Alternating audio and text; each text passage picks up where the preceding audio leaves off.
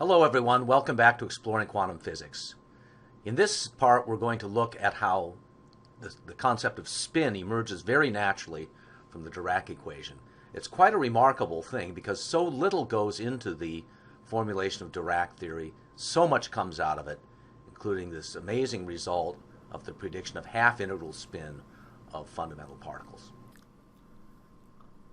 On the exit quiz of the last part of this lecture, the previous part of this lecture, you found that the angular momentum operator did not commute with the Dirac Hamiltonian. So in particular, here we are with three-dimensional Dirac equation with the various anti-commutations indicated, and when you just apply the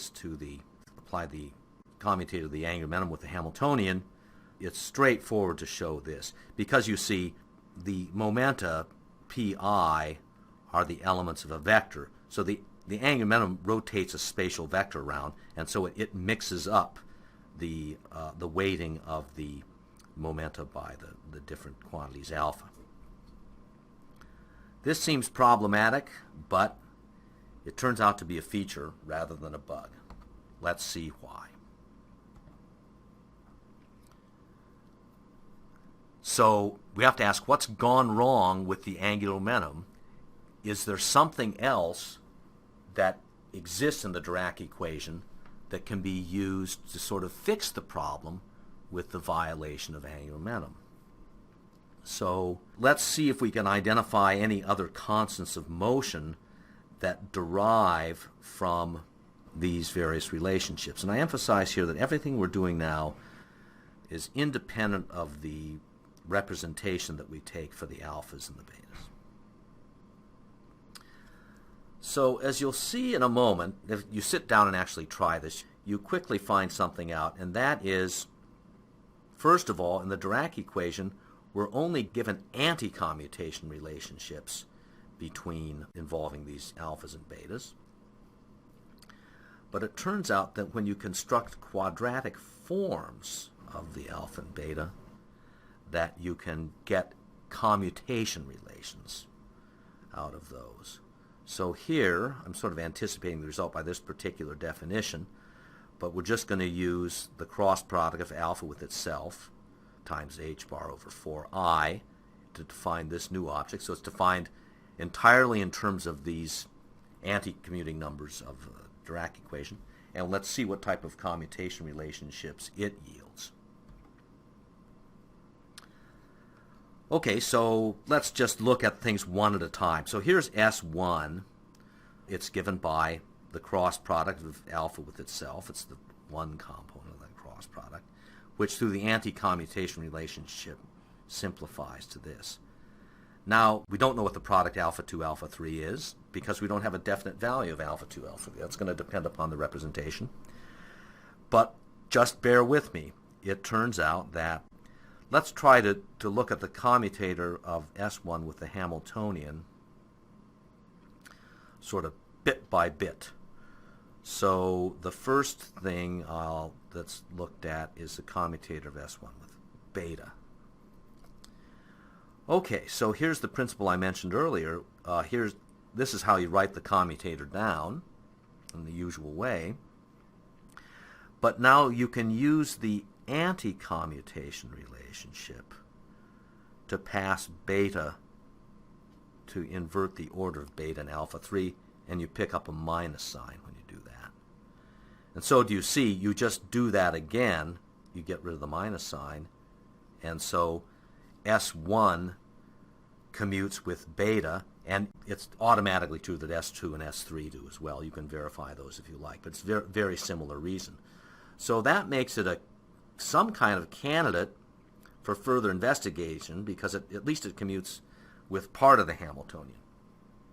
Now let's see what it does for other elements.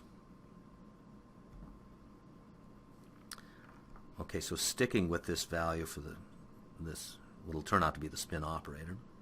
Let's look at the commutator of S1 with alpha 1. Okay, so now, once again, very straightforward, just algebraic writing out S1 alpha 1 minus alpha 1 S1. and then invoking the anti-commutation relationship to invert the order with getting a negative sign, and then doing it again, we find that S1 alpha 1 vanishes. So that's possibly a nice thing. Let's go further, and now we start to see something interesting. So here's again a S1, straightforward development of the commutator,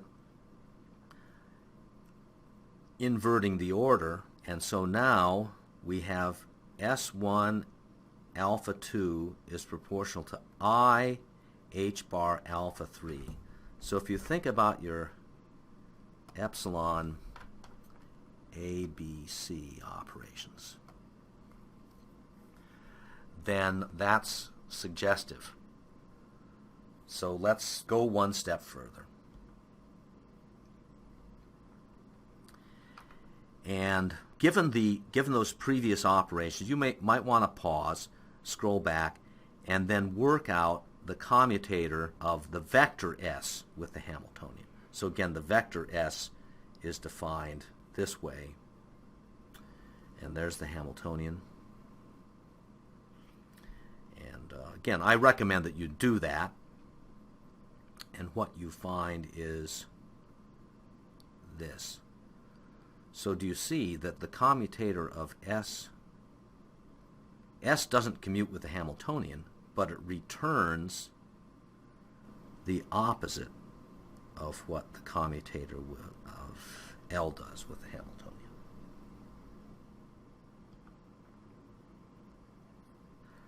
Therefore, the vector sum of these two operators, the orbital angular momentum, which is, remember that L is equal to R cross P, the angular momentum contains only the spatial coordinates, the coordinate and the momentum of the electron, and then S is proportional to alpha cross alpha. So it can, the ingredients of S are just these magical anti-commuting numbers that has nothing to do with the space coordinate or the momentum coordinate of the electron. So it's as if it's something intrinsic. And so this new object, which is the sum of two vectors, commutes with the Hamiltonian. And you can also show that the components of the spin operator satisfy the components of an angular momentum, but it differs from the orbital momentum in that the intrinsic spin angular momentum has value of half of the reduced Planck's constant. So all that came just from this amazingly simple equation. It yielded both spin, a property of the electron that was postulated but couldn't really be associated with any reasonable physical theory, and then the existence of antimatter, something that no one had ever thought of, and which had a revolutionary influence on the world. So, just to wrap things up for now, the other things, we have the antimatter, electron spin. The Dirac equation also gives this a so-called anomalous magnetic moment. It describes that correctly. It gives a fine structure of atomic spectra to very good accuracy.